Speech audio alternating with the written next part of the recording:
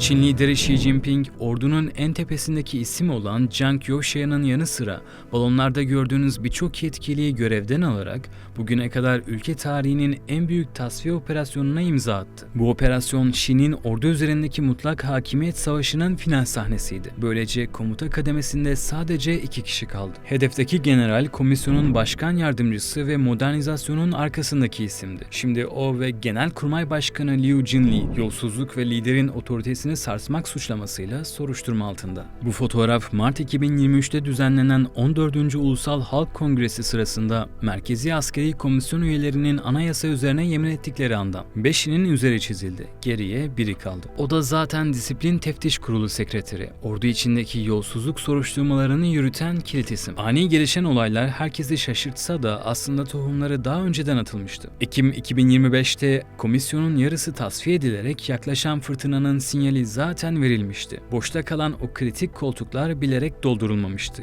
Ki tasfiyelerin devamının geleceğini herkes bilsin diye. Dünya basını casusluk masallarıyla oyalana dursun. Biz Pekin'in kapalı kapılarını aralıyor ve o büyük tasfiyenin ardındaki gerçek savaş takvimini masaya yatırıyoruz. Küresel satrancı piyonların değil şahların gözünden izlemek için GZT'ye abone olun.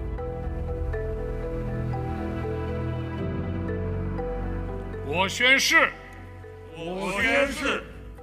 忠于中华人民共和国宪法，维护宪法权威， Zhang'ın dosyası açıldığında manşetlerde çeşitli iddialar gördük. Kamuoyuna servis edilenler klasik bir casus romanını andırıyor. Rüşvet, görevi kötüye kullanma ve en çarpıcısı Amerika'ya Çin'in nükleer sırlarını sızdırmak. Batı medyası bu nükleer köstebek hikayesini çok sevip hemen manşetlere taşıdı. Ancak herkes bu fikirde değil. Süper casus senaryosu biraz eşelendiğinde inandırıcılığını yitiriyor. Burada bazı iddialar var. Şimdi bunun net olarak ne olup ne olmadığını söyleyemeyiz ama başta Amerika Birleşik Devletleri'ne çeşitli stratejik bilgi ve belgelerin sızdırıldığına dair bazı iddialar mevcut. Burada şöyle bir enteresan durum var. Şimdi bildiğiniz üzere daha önceki tasfiyelerde de tasfiye oldu, bunun duyumu geldi ama Çin bunu uzun bir süre kabul etmedi. Biz Dışişleri Bakanı görevinden alındığında da bunu gördük. Şimdiki Genelkurmay Başkanı görevinden alındığında da bunu gördük. Yani basında ya da toplumda bunun sesi dillendirildi ya da işte biz uzmanlar olarak akademisyenler arasında bazı görevden almalara yönelik bazı söylemler gelişti. Ama Çin'in bunu resmi olarak çok geç kabul ettiğini gördük. Bu resmi kabul edişlerde işte şu yolsuzluk yapıldı, bu yolsuzluk yapıldı değil. Çin uzmanı Nurettin Akçay konuyla ilgili kaleme aldığı yazıda Zhang gibi ordunun zirvesindeki servet ve güç içinde yüzen bir figürün amatör kanallar üzerinden bilgi sızdırıp risk almasının mantık sınırlarını zorladığını savunuyor. Motivasyonu ne olabilir? Para mı? Zaten Çin askeri eliti sınırsız imkanlara sahip ve sistemin kaymağını yiyor. Peki bu dedikodular nereden çıktı? Gözler Ağustos 2024'de Amerika Ulusal Güvenlik Danışmanı Jake Sullivan'ın Pekin ziyaretine dönüyor. Sullivan'ın o ziyarette ısrarla Zhang ile özel görüşmek istemesi Pekin koridorlarında acaba sorularını gündeme taşımış olabilir. Ancak diplomatik bir temasın Amerika adına çalışıyor etiketine dönüştürülmesi oldukça zorlama bir yorum. Ama benim aklıma şu geliyor. Bundan 2 yıl önceydi yanlış hatırlamıyorsam Aspen forumunda CIA'nin direktörü bir konuşma yapmıştı. Ve o konuşmada şunu ifade etmişti. Biz Xi Jinping'e çok yakın pozisyondaki kişilerin bile bizle çalıştığını söyleyebiliriz. Yani bu aslında bir yatıştırma açıklamasıydı. Artan Amerika Birleşik Devletleri'ndeki artan bu Çinli ajanlara yönelik, ajan yakalamalarına yönelik. Evet, böyle tespitler var ama bizim de ziyadesiyle derin elimiz var denilmek isteniyordu. Akçay daha muhtemel senaryonun şu olduğunu düşünüyor. Nükleer sanayinin alt kademelerinde belki de teknik bir personelin yaptığı sızıntı veya hata yukarıdaki büyük balığı avlamak için bir yem olarak kullanıldı. Çin siyasetini iyi bilenler için bu yöntem tanıdık. Asıl hedefi devirmek için tabandaki çatlaklardan yukarıya uzanan bir suç merdiveni inşa etmek ve hedefe ulaşmak için ikincil aktörler üzerinden dosya inşa etmek. generalin tutuklandıktan sonraki yeni adresi başkent Pekin'in kuzeyindeki puslu tepelere gizlenmiş Chongqing cezaevi oldu. Burası 1000 kişilik kapasitesiyle sistemin istenmeyen adamları ilan ettiği en tepe isimlere ayrılmış yüksek güvenlikli bir tecrit merkezi. Bazıları müebbet hapisle cezalandırılarak siyaset sahnesinden ebediyen silindi. Bazılarının soruşturmaları ve yargılama süreçleri ise halen devam ediyor. Peki bu duvarların arkasında başka kimler var? Bir yanda Çin'in iç güvenlik çarı olarak bilinen ve bir zamanlar devletin en korkulan ismi olan Zhou Yongkang. Diğer yanda karizmasıyla Pekin'i endişelendiren Kızıl Prens Bo Xilai. Hu Jintao'nun kara kutusu Ling Jihua'dan eski Adalet Bakanı Fu Jinghua'ya kadar devletin sivil omurgası burada. Ancak asıl dikkat çekici olan içerideki generallerin sayısı. Eski Savunma Bakanı Li Shangfu ve Wei Fenghe, ordunun eski 2 numarası Guo Bo Shuyang ve şimdi de Zhang Youxia. Bir zamanlar ordunun tetiğini tutan en gizli devlet sırlarına ve nükleer kodlara erişimi olan bu isimler bugün bizzat kurdukları sistemin mahkumu olarak aynı çatı altındalar. Xi Jinping 2012'de koltuğa oturduğundan beri orduda benzeri görülmemiş bir temizlik süreci yürütüyor. Rakamlar durumu tüm çıplaklığıyla ortaya koyuyor. Kor General ve Kor Amiral rütbesinin üzerindeki en az 80 üst düzey komutan tasfiye edildi. Bunların 50'si sadece son 3 yılda görevden alındı. Tasfiyeler savaş durumunda operasyonları yönetecek olan bölge komutanlıklarının ve neredeyse tüm kuvvet komutanlarının liderlerini yuttu. Komuta zincirinin en tepesindeki bu isimler tek tek denklem dışına itildi. Xi'nin ordunun beyni sayılan komisyonun içine boşaltmasıyla birlikte savaş stratejilerini ve operasyonları yönetmekle görevli o devasa mekanizma geçici olarak içi oyulmuş ve bir süreliğine işlevsizleşmiş bir kuruma dönüştü. Bahsettiklerimiz sıradan generaller değil. Çin ordusunun savaş eğitimi reformundan ve geleceğin muharebelerine hazırlanmasından bizzat sorumluydu kendileri. Özellikle Zhang Youxia, devrimci asker aileleri geleneğinin yani Çin'in o dokunulmaz sanılan soylularının yaşayan en güçlü temsilcisiydi. Xi'den sonra ordudaki tartışmasız ikinci adamdı. Hatta 1979 Çin-Vietnam Savaşı'nda bir bölük komutanı olarak bizzat çarpışmış ve hayatta kalmıştı. O, ordusunun komuta kademesinde savaşın ne olduğunu cepheden bilen son aktif generallerden biriydi. Biz her ne kadar Çin ordusunu analiz etsek de hep önümüzde bir kıstas kalıyor.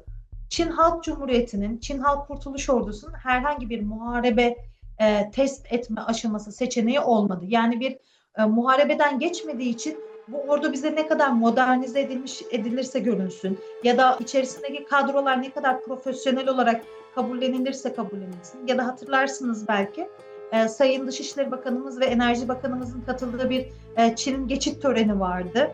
Bu faşizmle mücadelenin 70. yıl dönümüne yönelik sanırım.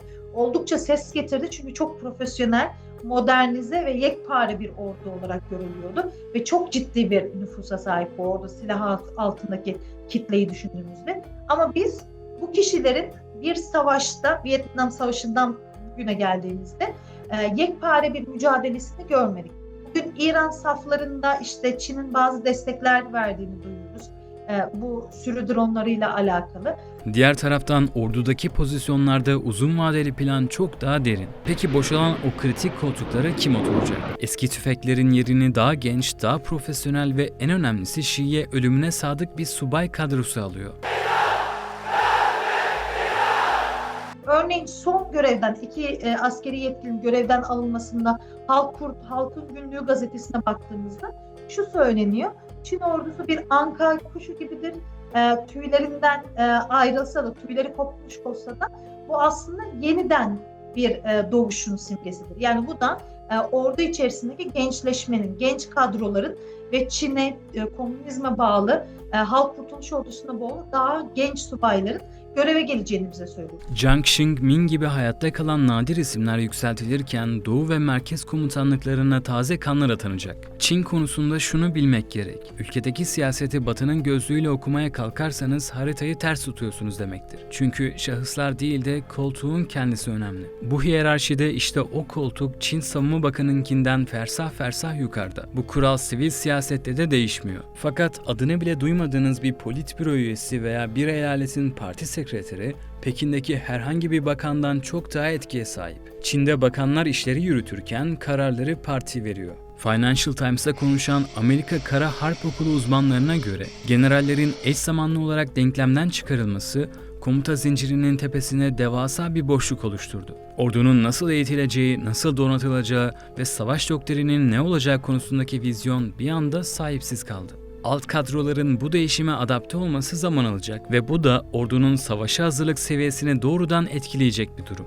Fakat herkes bu görüşte değil. Peki Xi neden kendi sağ kollarını kesti? Pasifik Forumu analistlerine göre asıl sebep hız konusundaki derin stratejik görüş ayrılığı. Xi, Tayvan için ordunun 2027'ye kadar müşterek harekat yeteneğine ulaşmasını istiyor ve çok aceleci davranıyordu. Fakat ordu kurmayları sahadaki teknik ve lojistik gerçeklere bakarak 2035 öncesi bir Tayvan harekatını erken doğum ve büyük bir intihar riski olarak görüyor. General Zhang da aynı düşüncede. Ordunun kronik zayıflıklarını çözmeden gaza basmanın hata olacağını savunuyor, 2027 yerine daha gerçekçi olan 2035 hedefine odaklanmayı tercih ediyordu. Çin'in nihai hedefi 2049 yılına kadar Tayvan'ı anakaraya dahil etmek. Önümüzdeki 1-2 yıl benim için çok kısa bir süre. Benim analizime göre çok kısa. Çünkü konjonktürel olarak da Çin şu anda tam istediği pozisyonda uluslararası sistemde. Amerika Birleşik Devletleri ve Avrupa Birliği arasında bir çatlak var. Batı liderleri, Avrupa Birliği ülkeleri tekrardan Kanada dahil yani batılı bir ülke olarak Çin'e döndü ve Çin'le ticaret yapabileceğini söylediler. Şimdi durum böyleyken Tayvan'ı işgal etmek pek akıl kârı olmaz. Çin tarzında da, Çin'in medeniyet tarzı, yönetişim tarzında da bu tür keskin adımları biz çok görmüyoruz. Ama şu var, Çin elbette ki ayrılıkçı bir ada olarak tanımlanıyor. Buna istinaden eğer barışçıl yollarla anakaraya dahil edilmesi gerçekleşmezse 2035 ya da 2049 yılına kadar eninde sonunda dahili için Çin'den bir müdahale gelecektir muhtemelen. Yani Xi hemen şimdi hızlan derken general henüz hazır değiliz. Önce eksiklikleri kapatalım diyordu. İşte iplerin koptuğu, o büyük çatlağın oluştuğu yer tam da burası. İddialara göre Zhang üzerindeki kara bulutları fark edip yaklaşan fırtınayı hissettiğinde Xi'nin kapısını çalarak sadakat güvencesi verip sizden başkasına boyun eğmem mesajı vermeye çalıştı. Ancak bu çaresiz son biat hamlesi durumu değiştirmeye yetmedi. Xi için mesele artık sadakat değil, kendi koyduğu kurallara itirazsız uyulmasıydı. Cevabı ise frene basanları gönderip gaza basacak itaatkar isimleri göreve getirmek oldu. Bu da demek oluyor ki yakın vadede bir işgal olmasa bile Çin ordusunun eğitimleri ve tatbikatları çok daha agresif, riskli ve sık hale gelebilir. CIA'nin eski Çin analisti Christopher Johnson'a göre dış dünya karargahlardaki bu kaosa bakıp Çin artık Tayvan'a ya da Güney Çin denizine müdahale edemez rehavetine kapılabilir. Ancak bu ölümcül bir hata olur. Xi bu temizliği savaştan vazgeçtiği için değil, mevcut kadronun savaş ve kazan emrini yerine getiremeyecek kadar hantal olduğunu gördüğü için yaptı. İstikrar takıntısı olan bir lider, ordunun omurgasını kıran bu kadar riskli bir ameliyata giriyorsa bu onun acelesi olan bir adam olduğunu gösterir. Yani bu yarın savaşa gireceği anlamına gelmez ama hedeflerinden milim sapmadığının kanıtı olabilir. Trump'la sallanan geçici ateşkes de Xi'ye içeriği dizayn etme fırsatı verdi. O da şu anda vizyonuna daha sıkı sarılıyor. Ancak bu kez taktik değiştirecek. Adını o meşhur Çin yapımı milliyetçi aksiyon filminden alan diplomatik nezaketi bir kenara bırakıp bize parmak sallayanı pişman ederiz modunda yürütülen o agresif kurt savaşçı diplomasisi rafa kalkıyor. Xi artık içeriye dönüyor. Hedefi dışarıda fırtınalar koparken ayakta kalacak bir kale ekonomisi inşa etmek ve orduyu kaçınılmaz an geldiğinde göreve hazır hale getirmek. Kısa vadede Washington'la sükunet isteyebilir ama 10 yılın sonunda karşımıza çok daha dişli ve askeri açıdan disiplinli bir Çin çıkacak. Ancak madalyonun diğer yüzünde farklı bir gerçeklik daha var. Bazı uzmanlar meselenin sadece profesyonel bir fikir ayrılığı olamayacağını savunuyor. Eğer sadece strateji farkı olsaydı bu generaller onurlu bir şekilde emekli edilir ve hizmetleri için teşekkür edilirdi. Yozlaşmış hainler olarak dünyaya ilan edilmezlerdi. Sahadaki operasyonel gerçeklik ise şu: komuta kademesi değişse de savaş makinesi durmuyor. Çünkü operasyonel yetki artık büyük ölçüde komisyondan alınıp doğrudan savaşı koordine edecek olan müşterek harekat komuta merkezine devredilmiş durumda.